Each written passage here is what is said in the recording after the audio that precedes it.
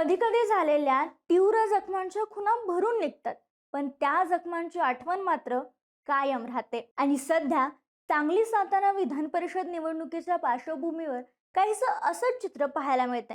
दुखावलेले मित्र पुन्हा एकत्र आले असले, हात मिळवले असले, तरी जुन्या जखमांची आठवण अजूनही मनात कायम आहे. आणि म्हणूनच त्या जखमाचं व्याजासकट उत्तर दिलं जाईल का, अशी भीती आता दुसऱ्या मित्राला वाटू लागली. मी काय म्हणते समजत नाही आहे ना, गोंधळ झालाय ना. तर नेमकं प्रकरण असं आहे की सांगली सातारा विधान परिषद निवडणुकीच्या पार्श्वभूमीवर भाजपचे सांगलीतील काही नगरसेवक, सातारचेही सांगलीतले नगरसेवक यांना सहलीसाठी पाठवण्यात आल्याची चर्चा आहे. पण प्रश्न असा आहे की एवढी काळजी घेण्याची वेळ का आली? कारण अवघ्या महिन्याभरापूर्वी जिल्हा परिषद निवडणुकीत राष्ट्रवादी आणि शिवसेनेला भाजपने असा काही वर्मी घाव घातला होता, ज्याची आठवण कार्यकर्ते अजूनही विसरलेले नाहीत. नेत्यांनी राजकीय सोयीनुसार पुढे जाण्याचा निर्णय घेतला असेलही, पण कार्यकर्त्यांच्या मनातील नाराजी अजूनही कायम आहे. मग इथं नेमकं आता काय रणनीती आखली जाते? शरद पवारांनी यासाठी जयंत पाटलांची नियुक्ती केली असं म्हणलं जातंय. मग जयंत पाटील काय खेळी करतायत? भाजपची झोप उडण्यामागचं खरं कारण काय? का सगळ्या नगरसेवकांना सहलीसाठी पाठवण्यात येते? आणि या विधान परिषद निवडणुकीत जुन्या राजकीय जखमांचा परिणाम पुन्हा एकदा दिसणार का? चला, हे सगळं या व्हिडिओच्या माध्यमातून बोलूयात. त्यासाठी व्हिडिओ शेवटपर्यंत नक्की बघा. नमस्कार, मी संजना कट्टुकटमध्ये आपलं स्वागत. लवकरच विधान परिषदेच्या निवडणुका होणार आहेत. अगदी 2 ते 3 दिवसच बाकी आहेत. आणि असं असताना सांगली सातारा विधान परिषद निवडणुकीच्या पार्श्वभूमीवर भाजपचे नगरसेवक अज्ञातस्थळी रवाना करण्यात आल्याचं समोर आले. घोडेबाजार होऊ नये, फोडाफोडीचे प्रयत्न होऊ नयेत, यासाठी खबरदारी घेतली जात असल्याचं सांगितलं जाते. विशेष म्हणजे महिनाभरापूर्वी हाच प्रकार राष्ट्रवादी आणि शिवसेनेकडून करण्यात आला होता. जिल्हा परिषदेत अध्यक्ष उपाध्यक्ष निवडीच्या वेळी आपल्या सदस्यांना अज्ञातस्थळी त्यांनी ठेवलं होतं, कारण भाजपकडून काही राजकीय खेळी होऊ शकते अशी भीती होती. पण तरीही सातारा जिल्हा परिषदेत जे व्हायचं ते झालंच. अज्ञातस्थळी राष्ट्रवादी आणि शिवसेनेने ठेवलेल्या सदस्यांपैकी दोघांवर गुन्हे दाखल झाले.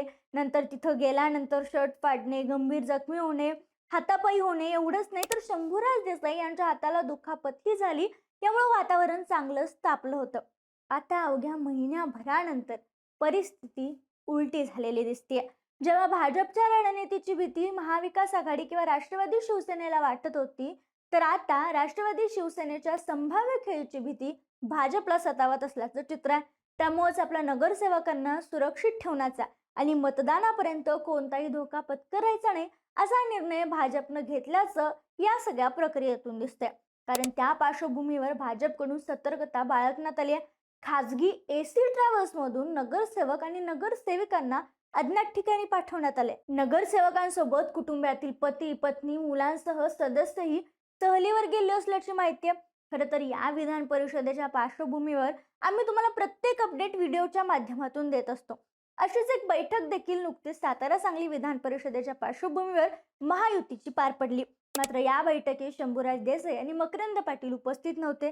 पण याच वेळी शिवेंद्रसिंहराजे भोसले यांनी महायुतीत कोणतेही मतभेद नाही असं सांगितलं. खरं पण महायुतीची ही बैठक पार पडल्यानंतर अजित पवारांच्या राष्ट्रवादी काँग्रेसची साताऱ्यातील एका हॉटेलमध्ये मकरंदाबा पाटील आणि नितीन काका पाटील यांच्यात बैठक पार पडली. आणि बैठकीला नगरसेवक, जिल्हा परिषदेचे सदस्य उपस्थित होते. बैठकीत काय निर्णय झाला असं विचारलं असता अद्याप निर्णय काही झालेला नाही. निर्णयाचे अधिकार सदस्यांनी मला दिलेत. बैठकीत सदस्यांनी ज्या भावना व्यक्त केल्या त्या वरिष्ठांना कळवणार आहे. मला सुद्धा एकट्याला निर्णय घेता येणार नाही. पक्षश्रेष्ठी जो आदेश देतील त्याचं आम्ही पालन करू, असं मकरंदाबा पाटील यांनी माध्यमांशी बोलताना सांगितलं. त्यातून इथला हा सगळा बेबनाव पाहता शरद पवारांनी जवळपास इथली संपूर्ण जबाबदारी जयंत पाटील यांच्या खांद्यावर दिली आहे. आणि त्याचा पुरेपूर वापर जयंत पाटील करताना दिसतात असं म्हणायला हरकत नाही. कारण नुकताच जयंत पाटलांनी शिवेंद्रसिंहराजे भोसले आणि उदयनराजे भोसले यांना विचारत न घेता उमेदवारी देण्यात आल्याचं पिल्लू सोडलं.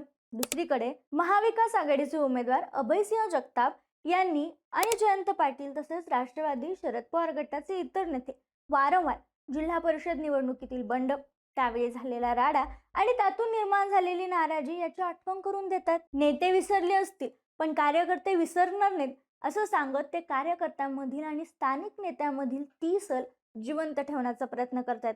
त्यामुळे नाराज झालेले नगरसेवक, सदस्य किंवा स्थानिक नेते आपल्याकडे वळतील का यासाठी राष्ट्रवादी शिवसेना प्रयत्न करत असल्याचं, त्यातही महाविकास आघाडी या सगळ्यांना आपल्याकडे वळवण्याचं जयंत पाटील प्रमुख काम करत असल्याचं दिसते. अशात या निवडणुकीतील दोन्ही प्रमुख उमेदवारांच्या प्रतिज्ञापत्राकडे पाहिलं तर आघाडीचे उमेदवार अभयसिंह जगताप यांच्याकडे सुमारे 9 कोटी रुपयांची मालमत्ता आहे, तर धैर्यशील कदम यांच्याकडे सुमारे 3 कोटी रुपयांची मालमत्ता आहे. दोघे उद्योजक आणि शेतकरी पार्श्वभूमीचे असून दोघांवरही कोणतेही गुन्हे नोंद नसल्याचं प्रतिज्ञापत्रातून समोर येते. त्यामुळे आता भाजपचे नगरसेवक सहलीला कशा कारणासाठी गेलेत, का गेलेत हे काही नव्यानं सांगायला नको. त्यामुळे या निवडणुकीत राजकीय समीकरणांबरोबर आर्थिक सामर्थ्याचाही मुद्दा चर्चेत आलाय, जो प्रत्येक निवडणुकीत चर्चेचा ठरतोच. त्यामुळे मतदारसंघात लक्ष्मी दर्शन मोठ्या प्रमाणात होतंय अशी ही कुजबूज सुरू आहे. म्हणून आता संख्याबळ असो, नाराज नेत्यांचा मतांचा प्रश्न असो, लक्ष्मी दर्शन असो, या सगळ्याचा अंतिम फायदा कोणाला होतो हे निकालानंतरच स्पष्ट होईल.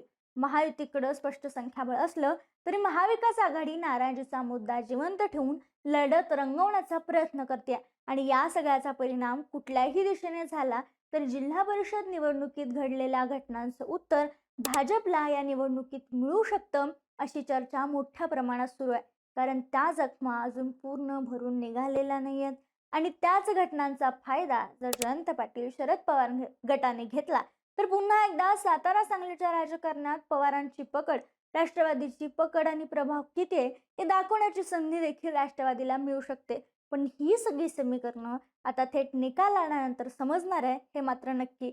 मात्र तुम्हाला काय वाटतं, सहलीला गेलेल्या नगरसेवकांना किंवा त्यांना सहलीला का पाठवण्यात आलं असेल? खरंच मतदारसंघात लक्ष्मी दर्शन मोठ्या प्रमाणात होतंय का? कमेंटमध्ये आम्हाला कळवायला विसरू नका.